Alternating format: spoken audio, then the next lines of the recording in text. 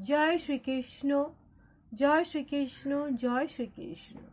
जय राधा रानी की जय, जय सिया रामचंद्र की जय, जय वैष्णो माता की जय, जय खाटू श्याम की जय, जय श्रीमद् भगवद गीता की जय। आज আমি শ্রীমদ্ ভগবদ গীতার চতুর্থ অধ্যায় জ্ঞান যোগ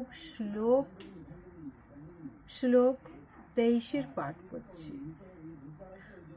गता संगस्य हो मुक्तस्य हो ज्ञानावस्थितः चेतसः यज्ञः अचरतः कर्मः समग्रमः प्रबलीयते। অনুবাদ,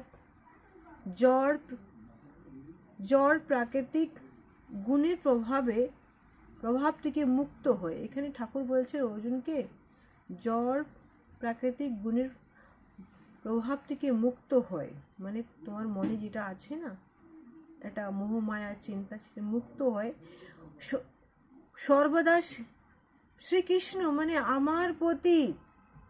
আমার প্রতি নিজকে সম্প্রদান করো অর্জুন।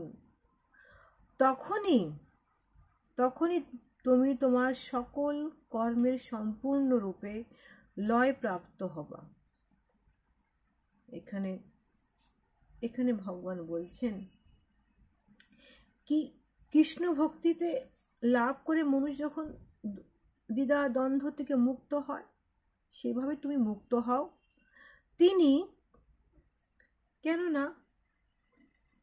তিনি শ্রীকৃষ্ণের সঙ্গে তার নিত্য সম্পর্কের উপলব্ধি করতে পারেন এবং তখন তার মন কৃষ্ণ ভাবনা থেকে বিস্তৃত হয় না। এখানে ঠাকুর বলছেন কি অর্জুন, তুমি আমাতে মন লাগাও, সব কিছু তুমি ভুলে যাও, শুধু আমাতেই মন লাগাও, দেখবে সব জড় প্রকৃতি থেকে তুমি মুক্ত হয়ে গেছো। জয় শ্রীকৃষ্ণ, জয় শ্রীকৃষ্ণ, জয় শ্রীকৃষ্ণ। শ্লোক 24। ব্রহ্মা अर्पणं ब्रह्म हविः ब्रह्म अग्नो ब्रह्म नः हुतं ब्रह्म एव तेन गन्तव्यं ब्रह्म कर्म समाधिनः। অনুবাদ, যিনি কৃষ্ণ ভাবনার সম্পূর্ণ মগ্ন তিনি অবশ্যই চিৎ জগতের উন্নীত হবেন, কারণ তার সমস্ত কার্যকলাপ চিন্ময়, তার কর্মের উদ্দেশ্য চিন্ময় এবং সেই উদ্দেশ্য তিনি যা নিবেদন করবেন তাও চিন্ময়। অর্থাৎ এখানে চিন্ময় বলতে কাকে বোঝাচ্ছে? চিন্ময় বলতে বোঝাচ্ছে ব্রহ্মকে। ভগবান হচ্ছে চিন্ময়, মানে শ্রীকৃষ্ণ ব্রহ্ম। আচ্ছা, তার দেহ নির্গত রশ্মিটা কে? সেটা হচ্ছে ব্রহ্মজ্যোতি। তার মানে জয় শ্রীকৃষ্ণ, জয় শ্রীকৃষ্ণ, জয় শ্রীকৃষ্ণ, জয় শ্রীকৃষ্ণ।